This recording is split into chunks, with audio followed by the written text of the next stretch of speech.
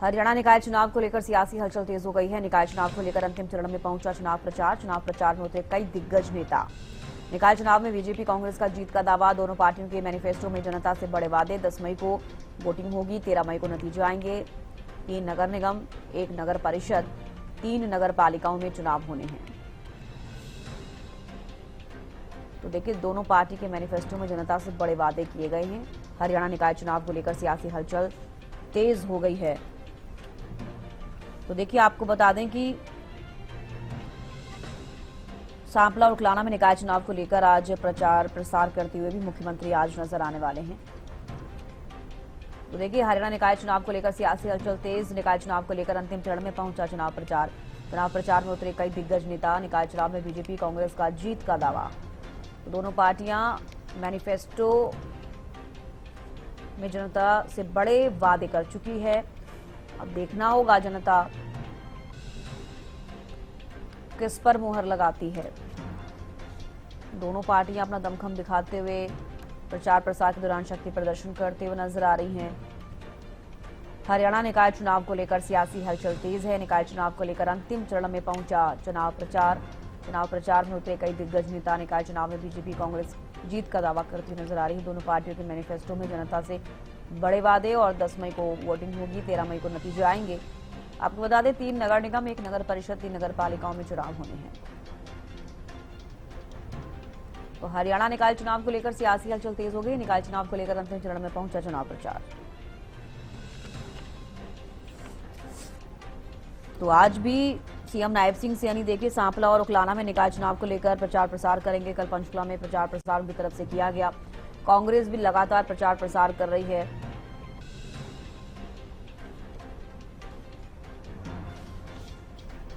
तो हरियाणा में निकाय चुनाव 10 मई को होने हैं, 13 मई को रिजल्ट आएगा। अब तमाम तैयारियां पूरी हैं। प्रचार प्रसार भी अंतिम चरण में पहुंचा हुआ है, लेकिन तमाम पार्टियां प्रचार प्रसार कर रही हैं। जमीनी स्तर पर जिस तरीके से जानकारी मिल पाती है, उसके हिसाब से देखा जा रहा है कि कांग्रेस और बीजेपी में कई सीटों पर सीधी टक्कर। कांग्रेस बीजेपी आमने सामने, कई जगहों पर त्रिकोणीय मुकाबला भी है। जो इंडिपेंडेंट उम्मीदवार हैं या फिर और कोई और अन्य पार्टी, देखना होगा कि क्या कुछ रहेगा। हालांकि तमाम पार्टियां अपने हिसाब से पूरी पुरजोर कोशिश कर रही हैं जमीनी स्तर पर जनता से जुड़ने के लिए। डोर टू डोर कैंपेन करते हुए भी बीजेपी भी नजर आ रही है।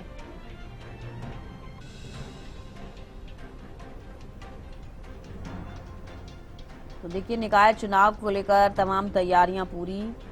सभी पार्टियां चुनाव प्रचार कर रही हैं। अब वो भी अंतिम चरण में पहुंच गया है।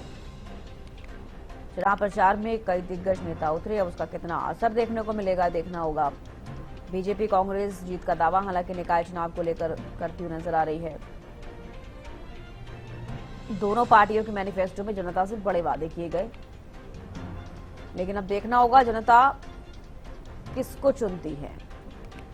तो शहर की सरकार का जो ताज है वो किसके सिर सजेगा, ये तो 13 मई को पता चलेगा। 10 मई को वोटिंग होनी है।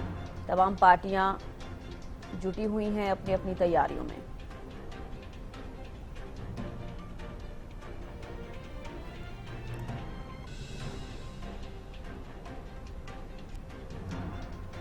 देखिए, हरियाणा निकाय चुनाव को लेकर सियासी हलचल तेज होती हुई नजर आ रही है। निकाय चुनाव को लेकर अंतिम चरण में पहुंचा चुनाव प्रचार। आज 7 मई है, यानी कि 2 दिन बाद, यानी कि 10 मई को वोटिंग होगी। संजय कौशिक ज्यादा जानकारी के साथ रेवाड़ी से जुड़ गए हैं। संजय, लगातार चुनाव प्रचार किया जा रहा है, चाहे वो बीजेपी की बात करें, कांग्रेस की बात करें। अभी किस तरीके की हलचल रेवाड़ी में? कविता, मैं आपको बताऊं तो रेवाड़ी में जो है चुनाव प्रचार अपनी जो चरम पर है और बीजेपी और कांग्रेस की यहाँ आमने सामने की टक्कर है। और जो बीजेपी और कांग्रेस के जो बड़े नेता है वो प्रत्याशियों के लिए वोट मांगने के लिए यहाँ रेवाड़ी पहुंच रहे हैं। बात कल की करने लगे तो कल आरती सिंह राव यहाँ जो आई थी, अपने जो प्रत्याशी है विनीता पीपल, उसके लिए उन्होंने चुनाव प्रचार किया और 2-3 सभाओं को भी संबोधित किया। वही कांग्रेस की बात करने लगे तो आज शाम को 7 बजे दीपेंद्र सिंह हुड्डा मोती चौक पर एक जनसभा को संबोधित करेंगे और जो कांग्रेस की प्रत्याशी है निहारिका चौधरी उनके लिए वोट की अपील करेंगे। तो चुनाव अपने चरम पर है और जो है प्रत्याशी अपनी अपनी लोगों को वोट डालने के लिए अपनी अपनी तरफ आकर्षित करने की कोशिश कर रहे हैं। लोग घरों में जा रहे हैं और वोट की अपील कर रहे हैं। जी सविता। बिल्कुल, बात की जाए रेवाड़ी की, तो रेवाड़ी में कौन कौन से ऐसे मुद्दे हैं इस बार निकाय चुनाव में जो कि काफी हाईलाइटेड नजर आ रहे हैं संजय? इसका देखिए, बात करें तो बीजेपी और कांग्रेस दोनों की तरफ से जो पहला मुद्दा है वो भ्रष्टाचार का है। क्योंकि यहाँ छोटी सरकार भाजपा की थी और 5 साल जो है भ्रष्टाचार और जो उनके वादे थे, जो 33 वादे करके वो आए थे, उसमें से एक भी वादा पूरा नहीं हुआ। तो कांग्रेस तो इस मुद्दे को जोर उठा रही है। वही जो भाजपा है उसका कहना है कि दोनों जगह केंद्र में और राज्य में उनकी सरकार है और छोटी सरकार अगर उनकी नहीं बनेगी तो काम कैसे हो पाएगा। तो ट्रिपल इंजन की सरकार बनाने की बात जो है भाजपा कर रही है। तो अब देखने वाली बात ये है कि लोग जो है किस पर भरोसा करते हैं और 10 तारीख को किस उम्मीदवार पर मोहर लगाते हैं। जी बिल्कुल, रेवाड़ी में कांग्रेस बीजेपी प्रत्याशियों के अलावा अगर इंडिपेंडेंट उम्मीदवार का जिक्र किया जाए तो किस तरीके से मुकाबला देखने को मिल रहा है संजय? देखिए, जब इसका इंडिपेंडेंट जो बात करें, जो कांग्रेस से अलग होके शकुंतला भांडोरिया निर्दलीय चुनाव लड़ रही थी, लेकिन उनको जो है कैप्टन हाउस ने कहीं ना कहीं मना लिया है और वो भी परवीन चौधरी के समर्थन करने का उन्होंने ऐलान कर दिया है। अभी जो मुख्य निर्दलीय उम्मीदवार है वो बची है डॉक्टर रेणु दहीनवाल। वो जरूर चुनाव प्रचार में जुटी हुई है, लेकिन मुझे नहीं लगता कि वो मुकाबले में कहीं भी है, क्योंकि मुकाबला यहाँ कांग्रेस और भारतीय जनता पार्टी के बीच आमने सामने का ही हो गया है और काफी कड़ा मुकाबला है। कोई भी कैंडिडेट जीत सकता है। लेकिन बात करें बीजेपी की, तो बीजेपी का जो कोर वोटर है वो शहरी वोटर है और वो कमल को वोट करता है चाहे कैंडिडेट कोई भी हो। और दूसरा ये है कि बीजेपी का जो संगठन है वो काफी मजबूत नजर आ रहा है और इस बार जो संगठन है उसमें फूट भी नजर नहीं आ रही है और पूरा संगठन जो है दिनीशा पीपल और के पीछे खड़ा हुआ नजर आ रहा है और उसी हिसाब से संगठन पूरी मेहनत भी कर रहा है और बहुत सारे जो वर्कर हैं बीजेपी के वो लगातार टोलियों में वार्डों में घूम भी रहे हैं। तो कांग्रेस से कहीं ना कहीं जो चुनाव प्रचार है वो बीजेपी का ज्यादा मजबूत नजर आ रहा है। जी चविष्टा। ठीक है, लौटूंगी आपके पास। अंबाला से राजकुमार शर्मा भी हमारे साथ जुड़ गए हैं। राजकुमार, आज अंबाला दौरे पर भी रहेंगे सीएम नायब सिंह सैनी, लगातार प्रचार प्रसार उनकी तरफ से किया जा रहा है, क्या तमाम जानकारी? देखिए, जैसे जैसे चुनाव प्रचार का जो है आखिरी समय आ रहा है उसमें जो सभी पार्टियों के नेता जो है पूरा जोर लगा रहे हैं अपने प्रत्याशियों को दिखाने के लिए। और आपको बता दें कि अंबाला में जो है मुख्य मुकाबला कांग्रेस और भाजपा के उम्मीदवारों में ही लग रहा है। एक आजाद प्रत्याशी भी यहाँ खड़ा जरूर हुए हैं, लेकिन उनके साथ इतना मुकाबला नहीं है क्योंकि वो बागी होकर जो है इसमें खड़े हुए हैं। लेकिन आपको बता दें कि सीएम जो है पहले भी इसमें प्रचार कर चुके हैं अपनी मेयर और प्रत्याशियों के लिए और आज सीएम का जो है रोड शो भी निकल रहा है अंबाला में और वे अपने उम्मीदवारों का जो है वो प्रचार करेंगे और वो लोगों से अपील करेंगे कि उनकी मेयर प्रत्याशी हो या उसके जो पार्षद हो उनको जिताएं, क्योंकि उन्होंने पहले भी वायदा किया था कि जनता अगर उनके प्रत्याशियों को जिता के भेजती है तो अंबाला के लिए उन्होंने एक रोड मैप तैयार किया गया है जिसमें विकास के कार्य किए जाएंगे, चाहे वो पानी निकासी का मुद्दा हो, चाहे स्वच्छ जल का मुद्दा हो और इसके साथ साथ जो है डेवलपमेंट का मुद्दा हो या आईएमटी का मुद्दा हो, उनको ये जो है पूर्णतः ये लोगों को सौंपेंगे। उनका ये भी कहना था कि यहाँ जो मुख्य समस्या है पानी निकासी की रही है और इसके लिए जो है ड्रेनेज व्यवस्था जो है की जा रही है। लेकिन उनका साथ साथ ये भी कहना है कि ट्रिपल इंजन की सरकार अगर होगी तो यहाँ जो है लोगों को काफी फायदा मिलेगा।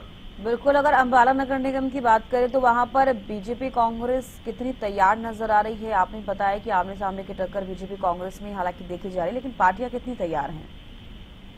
जी देखिए, मुख्य मुकाबला तो कांग्रेस और जो है वो बीजेपी में ही लग रहा है क्योंकि उम्मीदवार दोनों के मेयर उम्मीदवार जो हैं वो नए हैं। लेकिन यहाँ चेहरे जो देखे जा रहे हैं कि एक तरफ जो कांग्रेस के विधायक निर्मल सिंह और दूसरी ओर जो असीम गोयल, चाहे वो चुनाव हार गए हैं लेकिन यहाँ जो है उनकी जो ज्यादा पैंट देखी जा रही है और इसके साथ साथ जो है ये मतदाता भी एकजुट हो गए और जैसे कि अब बंगाल चुनाव जब से बीजेपी जीती है यहाँ माहौल एकदम जो है वो बिल्कुल साफ हो गया है क्योंकि ज्यादातर मतदाता जो है बीजेपी के में वोट करने का मन बनाए बैठे हैं और ये ऐसा लग भी रहा है क्योंकि जहां भी जाए देखा जाए तो मुख्य मुकाबले में कांग्रेस भी आते हैं, लेकिन हो सकता है कि बाद में जो है लोग विकास के नाम पे अगर वोट देंगे तो भाजपा यहाँ बागी मार सकती है। तो बिल्कुल आज सीएम नायब सिंह सैनी भी अंबाला में होंगे, किस तरीके का कार्यक्रम रहेगा ये चुनाव प्रचार को लेकर राजकुमार? जी बिल्कुल, जो नायब सिंह सैनी है वो यहाँ रहेंगे और अपने मतदाताओं के जो चुनाव प्रचार करेंगे। पीछे वो आए थे और 5-6 वार्ड में जो है उन्होंने जनसभाएं भी की थी और आज भी जो है इस प्रकार की छोटी छोटी नुक्कड़ सभाएं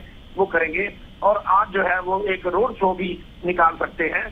और क्योंकि उनका ये मानना है कि आज उसके बाद जो है समय नहीं मिलेगा, उसके बाद जो है ये चुनाव प्रचार का आखिरी दिन हुआ और इसलिए जो विकास के नाम पर जो है वो वोट मांगेंगे। ठीक है राजकुमार, लौटूंगे आपके पास। लाजपत भी सोनीपत से जुड़ गए हैं।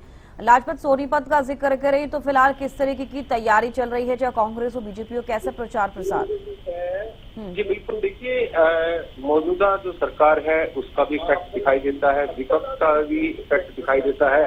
लगातार जैसे जैसे चुनाव की तारीख नजदीक आ रही है वैसे वैसे लोगों का जहन में जो सवाल है उसको देखते हुए लोगों के अलग अलग मुद्दे हैं, विकास कार्यों को कह लीजिए या सरकार का मुद्दा कह लीजिए या विपक्ष का मुद्दा कह लीजिए। लेकिन अब जैसे समय नजदीक आ रहा है तो वैसे वैसे जो लोग जो मजबूत कार्यकर्ता है उनका दमखम लग रहा है, क्योंकि जो पार्टी के जो मजबूत कार्यकर्ता होते हैं उन पर ज्यादातर चुनाव निर्भर हो जाता है, क्योंकि कैंडिडेट जो है वो सिर्फ अपना प्रचार कर सकता है, लेकिन जो कार्यकर्ता होते हैं वो कहीं ना कहीं पार्टी की मजबूती दिखाते हैं और लगातार अनेक तरह के मुद्दे रहते हैं लोगों के ध्यान में। अब अगर जिला सोनीपत की बात की जाए तो जिला सोनीपत यूपी और दिल्ली के नजदीक पड़ता है और अभी हालात जो है ताजा जो सरकार यूपी है इसका भी कहीं ना कहीं जो है फर्क पड़ेगा। और अभी नायब सैनी ने भी जो दौरा किया है, बंगाल का जो चुनाव जीता है उसका भी इफेक्ट है। अनेक तरह के मुद्दे हैं, लेकिन सोनीपत की अगर बात करी जाए तो आजाद उम्मीदवार भी ज्यादातर हैं। पार्टी जो है कांग्रेस पार्टी भी अपना दमखम लगा रही है, बीजेपी भी दमखम लगा रही है। हमारी एक अपील जरूर है कि अब जब हम वोट डालने जाए तो सभी चीजों पर विचार करें और वोट जो है वो जरूरी है, क्योंकि वोट अगर नहीं डलेगी तो आप लोकतंत्र का जो सबसे बड़ा हिस्सा जो होता है वो वोट का होता है। एक अपील जरूर जो लोगों से है कि अपना वोट जरूर डालने जाएं, क्योंकि बहुत से लोग ऐसे हैं जो वोट नहीं डालने जाते और वोट सबसे जरूरी होती है, क्योंकि अगर विकास कार्य जरूरी होता है तो अपना मन चाहा जो नेता चुनना होता है। ऐसे में सबसे बड़ा मुद्दा जो सोनीपत में प्रॉपर्टी को लेकर है, प्रॉपर्टी के जो दाम लगातार बढ़ रहे हैं, प्रॉपर्टी डीलरों ने जो आतंक मचाया है उसका सबसे बड़ा मुद्दा है। सोनीपत में प्रॉपर्टी डीलर जो है वो कहीं ना कहीं जमीन के साथ खिलवाड़ कर रहे हैं, ये सबसे बड़ा मुद्दा सोनीपत में दिखाई दे रहा है। आम आदमी जो है इस बात लेकर चिंतित है कि प्रॉपर्टी के जो दाम बढ़ रहे हैं, आम आदमी जो है अपना गुजर बसर नहीं कर पा रहा, महंगाई का मुद्दा है, बिजली पानी का है, अनेक मुद्दे रहते हैं। चुनाव के दौरान सभी चीजों पर विचार होते हैं, लेकिन सोनीपत की अगर बात की जाए तो सोनीपत दिल्ली के नजदीक होना और प्रॉपर्टी का आतंक मचाना ये सबसे बड़ा सवाल है, क्योंकि प्रॉपर्टी के जो दाम बढ़ा रहे हैं वो प्रॉपर्टी डीलर जो है इस बात को खेल रहे हैं। तो इस बात का सबसे बड़ा जिक्र जो है प्रॉपर्टी का रहने वाला है। और चुनाव की तारीख नजदीक है तो चुनाव की नजदीक तारीख जैसे जैसे आ रही है बढ़ रही है तो हर रोज जो कोई ना कोई चर्चा रहती है, लोगों के जहन में सवाल रहते हैं। जैसे हम भी लोगों के बीच रहते हैं तो लोगों का एक ही कहना है कि मौजूदा जो सरकार होती है वो कितना अपना वादे करती है, विपक्ष कितने वादे करती है, तो ये अनेक तरह के मुद्दे हैं। बीच में अब देखना यही होगा कि जैसे जैसे तारीख नजदीक बढ़ रही है वैसे वैसे लोगों के रुझान किस तरीके के दिखाई देते हैं। साफ हो जाता है कि अब जैसे नजदीक सरकार का भी समय है तो विकास कार्यों की गति है, आजाद उम्मीदवार है वो भी अपना कहीं ना कहीं अपना मौजूदगी दिखा रहे हैं लोगों। तो लाजपत, अगर सोनीपत में देखा जाए तो मुख्य रूप से किन पार्टियों में ज्यादा मुकाबला देखा जा रहा है? क्या वाकई सिर्फ कांग्रेस बीजेपी को देखा जा रहा है सोनीपत में भी?